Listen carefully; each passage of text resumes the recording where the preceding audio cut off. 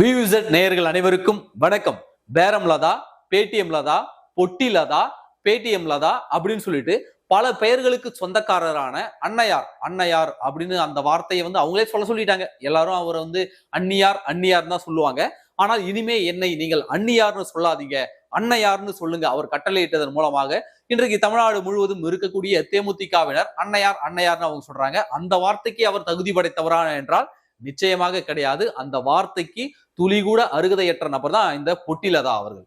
இந்த பொட்டிலதா அவர்கள் 2 நாட்களுக்கு முன்பு மேடையில ஏறி திமுக கொடுத்த அந்த 10 சீட்டுக்கு என்ன பண்ணணுமோ அதை வெகு சிறப்பாக பண்ணிவிட்டு அவங்க மேடையிலேயே ஏறி அவங்களையே சம்பவம் செஞ்சிருக்கிறாங்க இந்த பொட்டிலதா அவர்கள். அதன் விளைவாக என்ன நடந்தது, அதன் பின்னணியில இன்றைக்கு பிரேமலதா அவர்களுக்கு திமுகவின் ஒரு குடும்பத்தை சார்ந்தவர் மிகப்பெரிய அழுத்தத்தை இன்னைக்கு கொடுத்துக்கிட்டு இருக்காரு. இது தொடர்பாக நீங்கள் விளக்கம் கொடுக்கணும் அப்படின்னு சொல்லிட்டு மிகப்பெரிய அழுத்தத்தை கொடுத்து கொண்டிருக்கிறார். அதை பற்றி தான் இந்த காணொலியில நாம் இன்றைக்கு பார்க்க போகிறோம். இது வரைக்கும் நம்முடைய இந்த புதிய சேனலை நீங்க சப்ஸ்கிரைப் பண்ணாம இருந்திருந்தா மறக்காம சப்ஸ்கிரைப் பண்ணுங்க. அப்படியே பக்கத்துல இருக்க அந்த பெல் சிம்பலையும் கிளிக் பண்ணிட்டீங்கன்னா நாம போடக்கூடிய வீடியோக்கள் உடனடியாக உங்களை சேரும். நம்ம பேமெண்ட்ல தான் என்ன பண்ணிருக்காங்கன்னாக்க 2 நாட்களுக்கு முன்பு சேலம் மாவட்டத்துல நடைபெற்ற ஒரு பொதுக்கூட்டத்துல, திமுகவினுடைய பொதுக்கூட்டத்துல மகளிர் அதிக அளவுல கலந்து கொண்டிருந்தாங்க. அந்த பொதுக்கூட்டத்துல மேடை ஏறி பேமெண்ட்ல தான் வழக்கம் போல பேசி இருக்கிறாங்க. அவங்க வழக்கம் போல பேசிக்கிட்டு இருக்கும்போது என்ன பண்ணிட்டாங்கன்னாக்க, அவங்க இன்னும் அதிமுக கூட்டணியில இருக்கின்ற ஞாபகத்திலேயே என்ன சொல்லிட்டாங்கன்னாக்க, எங்க அண்ணன் ஸ்டாலின் ஆட்சியில என்ன குரங்க கண்டீங்க நீங்க? அந்த போதை பொருள் பழக்க வழக்கம், பெண்களுக்கு எதிரான பாலியல் வன்கொடுமைகள் இருக்கிறது, அதை தவிர்த்து விட்டு வேற என்ன உங்களால சொல்லிட முடியும்? எப்படி அதை என்ன உங்களால சொல்லிட முடியும் அப்படின்னு அந்த மேடையில ஸ்டாலினை வச்சுக்கிட்டே மேடையில அதே மேடையில பேசியிருக்காங்க. அதன் பிறகு அதை உணர்ந்து கொண்ட பிரேமலதா ஏதேதோ சொல்லி சமாளிச்சாங்க. இவ்வளவு பிரச்சனைகள் இருந்தாலும் அதை தீர்த்து வைக்கக்கூடிய வல்லமை படைத்தவராக எங்கள் அண்ணன் மு.க. ஸ்டாலின் இருக்கிறார். நாளை பெண்களுக்கு ஏதாவது பிரச்சனைன்னா அதை நேரடியாக நானே மு.க. ஸ்டாலினிடம் அவர்களும் கொண்டு செல்வேன் அப்படின்னு ஏதேதோ சொல்லி சமாளிச்சிட்டாங்க. வார்த்தையை விட்டுட்டாங்க. விட்ட உடனே அந்த காணொலிகள் சமூக வலைதளம் முழுக்க 2 நாளா பரவிக்கிட்டு இருக்கு. திமுகவுக்கு அனுப்பி வச்ச துரந்தர் தான் இந்த பேடிஎம் லதா அப்படின்னு சொல்லிட்டு 2 நாட்களாக சமூக வலைதளங்களை பற்றி எரிந்து கொண்டிருக்கிறது. அதுவும் தேமுதிகவை போட்டு பொலன்னு எல்லாரும் போட்டு பொழந்துகிட்டு இருக்காங்க. அப்போ போதை பொருள் பிரச்சனை, அப்புறம் பாலியல் வன்கொடுமை பிரச்சனை, இதுதான் அப்படியே இதை சாதாரணமா நீங்க நார்மலைஸ் பண்றீங்களா, நார்மலா கடந்து போறீங்களா, இதை தவிர்த்து வேற என்னங்க இருக்கு அப்படின்னு கேக்குறீங்கன்னா, இதை தவிர்த்து விட்டு வேற என்னதான் இருக்குன்னு நாங்களும் கேட்கிறோம். அப்ப இதுதான் மிக முக்கியமான பிரச்சனை. அப்போ இந்த விமர்சனம் ஆன உடனே எல்லாரும் போட்டு பொழந்த உடனே அப்ப திமுக கூட்டணியில இருந்துகிட்டு அவங்க கிட்ட 10 சீட்டு வாங்கிக்கிட்டு அவங்களுக்கு எதிராக அவங்க மேடையிலே ஸ்டாலினே வச்சு இந்த போல பொழந்திருக்கீங்களே அப்படின்னு சொல்லிட்டு ஒரு பக்கம் பாராட்டுகள் வேற. இதுல தேமுதிக தொண்டர்கள் என்ன முட்டு கொடுக்குறாங்கன்னா, எங்க அன்னையார் அவர்கள் எவ்வளவு தில்லு பாத்தீங்களா, திமுகவினுடைய மேடையிலே ஏறி கூட்டணியிலே இருந்தாலும் கூட அவர்களுடைய குறைகளை சுட்டி காட்டுகிறார் அப்படின்னு இவனுங்க வேற புலங்காயுதம் பண்றாங்க. டேய், அவங்க பேசுற வீடியோவை நல்லா ஒரு தடவை போட்டு பாரு. போட்டு பார்த்தா உனக்கே புரியும். அவங்க ஒன்னும் குறைகளை சுட்டி காட்டல, திமுகவுக்கு முட்டு கொடுக்குறாங்க. என்ன எங்க அண்ணனுடைய ஆட்சியில என்னங்க குறை? போதை பொருள் விற்கிறான், ஒரு 4-5 கற்பழிப்பு பண்றான், இதெல்லாம் பெரிய விஷயமா ஆக்குறீங்களா அப்படின்ற பொருள் பட தான் பேசியிருக்காங்களே தவிர, மு.க. ஸ்டாலின் அவர்களே உங்கள் ஆட்சியில் பாலியல் வன்கொடுமைகள் அதிகரித்திருக்கிறது, போதைப் பொருள் கலாச்சாரம் அதிகரித்திருக்கிறது, இதை நீங்கள் அடுத்த முறை சரி செய்ய வேண்டும் அப்படி சொல்லல. அப்படி சொன்னாதான் அது சுட்டி காட்டுறது. இதை தவிர்த்து விட்டு என்ன பிரச்சனை இருக்கு, பாலியல் வன்கொடுமை தவிர்த்து விட்டு வேற என்ன உங்களால விமர்சனம் பண்ண முடியும் அப்படின்னு கேக்குறாங்கன்னா திமுகவுக்கு முட்டு கொடுக்குறாங்கன்னு அர்த்தம். அப்போ திமுக ஆட்சியில போதைப் பொருள் கலாச்சாரம் அதிகரித்திருக்கிறதுன்னு அர்த்தம். திமுக ஆட்சியில பெண்களுக்கு எதிரான வன்கொடுமைகள் அதிகரித்திருக்கிறதுன்னு அர்த்தம். இந்த 2க்கும் டிஃபரன்ஸ் புரிஞ்சுக்கிட்டு பேசுங்கடா தற்குறிகளா. நீங்களும் விஜய் ரசிகர்கள் மாதிரி தவிட்டு தற்குறிகளா இருக்காதீங்க, புரியுதுங்களா? அப்போ பிரேமலதா அவர்கள் 10 சீட்டு வாங்கினதுக்கு என்ன வேலை பார்க்கணுமோ அதை சிறப்பாக பார்த்து விட்டாங்க. அப்ப இது மிகப்பெரிய விமர்சனம் ஆன உடனே திமுக தலைமை, ஐயோ என்னையா இது 10 சீட்டு கொடுத்ததுக்கு இந்த அம்மா இந்த மாதிரி நம்மள பத்த வச்சுட்டு போயிடுச்சு, நமக்கு ஆப்பர் ரிவீட்டு திரும்பி எடுத்து சொருவிடுச்சே அப்படின்னு சொல்லிட்டு திமுகவினர் பதறுகிறார்கள். உடனடியாக திராவிட மாப்பிள்ளை சபரீசன் அவர்கள் என்ன பண்றாங்கன்னாக்க, நேத்து பிரேமலதா அவர்களை சந்தித்து இது தொடர்பாக நீங்க விளக்கம் கொடுக்கணும். ஏன்னா பொதுவெளியில மிகப்பெரிய ஒரு சர்ச்சையாயிடுச்சு, நீங்க கூட்டணியில இருந்துகிட்டே கூட்டணி கட்சியே தூக்கி போட்டு மிதிக்கிற மாதிரி ஆயிடுச்சு, அதனால நீங்க பொதுவெளியில இது தொடர்பாக விளக்கம் கொடுத்தாதான் இது சரியாகும்.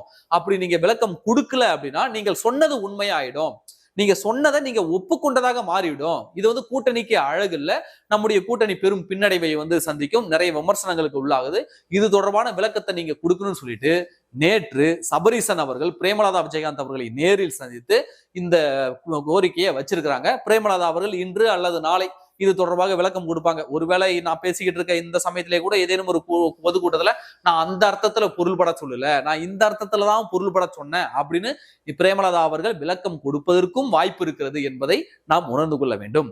அப்போ இதுல இருந்து என்ன தெரிய வருகிறது என்றால், இந்த திமுகவினர் எந்த அளவுக்கு இறங்குறாங்க பாருங்க. திமுகவுடைய கூட்டணி கட்சியில பிரேமலதா அவர்கள் ஒரு குறையை சுட்டி காட்டுறாங்க. அது உண்மைதான், தமிழ்நாடு மக்கள் அனைவருக்குமே தெரியும். ஆனா அப்படி இல்லைன்னு நீங்க மாத்தி சொல்லணும்னு சொல்லிட்டு திமுக குடும்பத்திலிருந்து ஒரு கட்சியினுடைய தலைவருக்கு போய் அழுத்தம் கொடுக்குறாங்கன்னா அது என்னன்னு பாத்துக்கோங்க. அப்புறம் இந்த பிரேமலதா அவர்களுடைய வாயிலிருந்து இப்படி ஒரு கருத்துக்கள் வெளியில வருது அப்படின்னா, எப்படி பிரேமலதா வாயிலிருந்து இத்தகைய கருத்துக்கள் வெளியில வருதுன்னா அவர்களுடைய மனநிலை என்ன அது என்பதை நீங்க புரிஞ்சுக்கணும். அது எலைட் பீப்புளினுடைய மனநிலை. அவங்க மக்கள் கூட கனெக்ட்லே இல்லை. இவங்க சொல்றாங்கல்ல என்ன அன்னையார் அன்னையார்னு கூப்பிடுங்கன்னு, உண்மையாகவே நீங்கள் ஒரு அன்னையாக நடந்து கொண்டீர்களா? உங்க 2 பசங்களுக்கும் கிட்டத்தட்ட 35 வயசுக்கு மேல 40 வயசுன்னு சொல்றாங்க. ஒரு பையனுக்கு ஒரு கல்யாணம் பண்ணி வச்சு பாத்தீங்களா? அப்போ சொந்த வாழ்க்கையில சொந்த பெத்த மகன்களுக்கு ஒரு திருமணம் பண்ணி வச்சு பார்க்கணுன்ற ஒரு ஆர்வமோ ஆசையோ ஆவலோ எதுவுமே கிடையாது. பணம் பணம் பணம். கேப்டன் விஜயகாந்த் அவர்கள் ஆரம்பித்த கட்சியை எல்லா இடத்துலயும் போயிட்டு அடகு வச்சு எவன் அதிகம் தரானோ அங்க போய் பணம் வாங்கிட்டு செட்டில் ஆகிறதா உங்க வேலை. அப்போ பெத்த பிள்ளைங்களுடைய வாழ்க்கையை செட்டில் பண்ணாதவங்க நீங்க என்ன அன்னையார்? இதுல அன்னியார் அன்னையார் இந்த வார்த்தையெல்லாம் தகுதி படைத்தவரா இவங்க? சரி, அன்னையார்னு அந்த பெயருக்கு தகுதி படைத்தவராக இருந்தால் அவர்களுடைய வாயிலிருந்து இந்த வார்த்தை வந்திருக்குமா? பெண்களுக்கு எதிரான வன்கொடுமையை தவிர்த்து விட்டு வேற என்ன குறைய சொல்ல முடியும்னா வேற என்ன குறையங்க சொல்லணும்? அதுதாங்க பெரிய குறையே. உங்களுக்கு ஒரு பெண் குழந்தை, 2 ஆண் பிள்ளைகள் இருக்காங்க, உங்களுக்கு ஒரு பெண் குழந்தை இருந்திருந்தால் அல்லது உங்களுக்கே இப்படி ஏதேனும் ஒரு பாலியல் வன்கொடுமை சம்பவம் நடந்திருந்தால் இப்படிதான் பேசுவீங்களா? ஆனா விட்டுத்தலுங்க, எங்க அண்ணா ஆட்சியில கற்பழிப்புலாம் சாதாரணங்க, வரவங்களாம் கற்பழிச்சுட்டு போவாங்க அப்படின்னு நீங்க சாதாரணமா சொல்லிட்டு கடந்து போயிடுவீங்களா? அப்போ உங்களுடைய நிலைப்பாடு தான் என்ன? உங்களுடைய புத்தி தான் என்ன? ஒரு கட்சியினுடைய தலைவர் மேடையில் ஏறி இப்படிதான் பேசுவீங்களா என்ன? அதை திமுகவினரே ரசிக்கல. திமுகவினரே சமசாக்கு கூட்டத்துல இவங்களை மேடை ஏத்தி விட்டு நம்ம மானத்தை கப்பலை ஏத்தி விட்டாங்கன்னு சொல்லிட்டு திமுக கூட்டணியில அந்த கூட்டத்துல இருந்த அந்த ஊப்பிக்களே இதை ரசிக்கவில்லை. அதனாலதான் திமுகவினுடைய குடும்பத்திலிருந்து நேரடியாக போயிட்டு அந்த அழுத்தத்தை கொடுத்திருக்காங்க. விரைவில் பிரேமலதா விஜயகாந்த் அவர்கள் இப்படி ஒரு பேட்டியை கொடுப்பதற்கும் வாய்ப்பு இருக்கிறது. அது மட்டும் இல்லாம பேலன்ஸ் அமௌண்ட்டை கேட்டிருக்காங்க. எப்படி பேலன்ஸ் அமௌண்ட்? ஒரு தொகுதிக்கு 50 கோடி கேட்டிருந்தாங்கல்ல, அதுல 300 கோடி தான் கொடுக்கப்பட்டிருக்கிறது. அப்புறம் அந்த காலேஜ் வித்தாங்கல்ல, அந்த காலேஜ் வித்த பணமும் கொடுக்க விட்டாங்க. இன்னும் 200 கோடி ரூபாய் கொடுக்கப்படவில்லை. தேர்தல் முடிஞ்சு கொடுக்குறேன்னு மு.க. ஸ்டாலின் அவர்கள் சொல்லிக்கிட்டு இருக்கிறார். தேர்தல் முடிஞ்சோடனே நான் வாங்கி தரேன்னு ஏவா வேலு அவர்களும் சொல்லி கொண்டிருக்கிறார். ஒருவேளை அந்த காண்டுல கூட, ஏன்னா திடீர்னு இப்ப திமுக ஜெயிச்சிடுச்சுன்னா அந்த பேலன்ஸ் 200 கோடியை தருவாங்க. அப்படி ஒருவேளை அந்த 200 திமுக தோத்து போயிடுச்சுனாக்க அவங்கள்ட்ட போய் கேட்க முடியுமா? தோத்த கட்சிகிட்ட போய் எப்படி காசு கேட்க முடியும்? அதனால இப்பவே தரணும்னு சொல்லிட்டு பிரேமலதா அவர்கள் அழுத்தம் கொடுத்துக்கிட்டு இருக்காங்க. ஒருவேளை எலெக்ஷன் முடிஞ்சு நீ வாங்கிக்கீங்கன்னு இவங்க சொல்வதனால் அதற்கு அழுத்தம் இவங்க கொடுக்கும் விதமாக இப்படி ஏதாவது ஒரு மேட்டரை இவங்க எடுத்து விட்டுருப்பதற்கான வாய்ப்புகளும் இருக்கிறது. பேரம் பேசப்பட்டது 10 சீட்டு, ஒரு ராஜ்யசபா தொகுதிக்கு 50 கோடி ரூபாய். இதுதான் பேசப்பட்டது பேரம். புரியுதுங்களா? அந்த பேசின பணமும் அவங்களே தான் வச்சுக்கிட்டாங்க என்பது நிதர்சனமான உண்மை. அதுல திமுக 300 கோடியை கொடுத்துருச்சு. அந்த காலேஜ் ஏவாவேலு கைமாத்தி விட்டார்ல தனலட்சுமி சீனிவாசாவுக்கு, அந்த பணமும் கொடுக்கப்பட்டு விட்டது. இன்னும் 200 கோடி ரூபாய் பாக்கி வச்சிருக்கு. தேர்தல் முடிஞ்சோடனே கொடுப்போம் அப்படின்னு சொல்லிட்டு திமுக தரப்பு பிரேமலதா விஜயகாந்த் அவர்களுக்கு டிலே பண்ணிக்கிட்டு வராங்க. பிரேமலதா விஜயகாந்த் அவர்களுக்கு ஒரு சின்ன டவுட் வருது, இவங்க கொடுப்பாங்களா கொடுக்க மாட்டாங்களா? வடிவேலு டிக்கெட் வாங்கிட்டு சில்லறைக்காக வெயிட் பண்ணுவார்ல, இவன் கொடுப்பானா கொடுக்க மாட்டானா, ஏமாத்திட்டு போயிடுவானா அப்படின்னு சொல்லிட்டு அந்த மூடுல தான் இன்னைக்கு பிரேமலதா விஜயகாந்த் அவர்கள் இருக்கிறாங்க. அந்த 200 கோடி ரூபாய் பேலன்ஸுக்கு இன்னைக்கு அழுத்தம் கொடுத்துக்கிட்டு இருக்காங்க. அதனாலதான் ஒருவேளை இவங்க கொடுக்காம விட்டாங்களா என்ன பண்றது சொல்ற இந்த மாதிரி மானத்தை வாங்கினாங்களா என்னன்னு நமக்கு தெரியல. ஆக மொத்தம் கேப்டன் விஜயகாந்த் அவர்கள் யாருக்காக கட்சியை ஆரம்பித்தார்களோ, எந்த மக்களுக்காக கட்சி ஆரம்பித்தாரோ, யாரை எதிர்த்து கட்சி ஆரம்பித்தாரோ அத்தனை நலன்களையும் இன்றைக்கு பிரேமலதா விஜயகாந்த் அவர்கள் குழி தோண்டி புதைத்து விட்டு பேரம் பேசி பணம் வாங்கும், பொட்டி வாங்கும், பேடிஎம் மூலமாக கரன்சி வாங்கக்கூடிய பிரேமலதாவாக இன்றைக்கு அவர்கள் உருவெடுத்திருக்கிறார். அன்னையார் என்ற சொல்லுக்கு துளி கூட தகுதியற்ற அருகதையற்ற நபர் யார் என்றால் பிரேமலதா விஜயகாந்த் அவர்கள் தான். அவர்களுடைய சொந்த வாழ்க்கையில, தனிப்பட்ட வாழ்க்கையில அவருடைய பிள்ளைகளுக்கும் அன்னையாக நடந்து கொண்டதில்லை.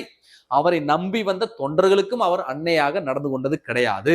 எனவே இந்த தமிழ்நாட்டு மக்கள் இந்த 10 தொகுதியிலையும் தேமுதிக போட்டியிடுற 10 தொகுதியிலையும் அவர்களை தோற்கடித்து அவர்கள் யார் என்பதை அவர்களுக்கு நீங்கள் உணர்த்த வேண்டும்.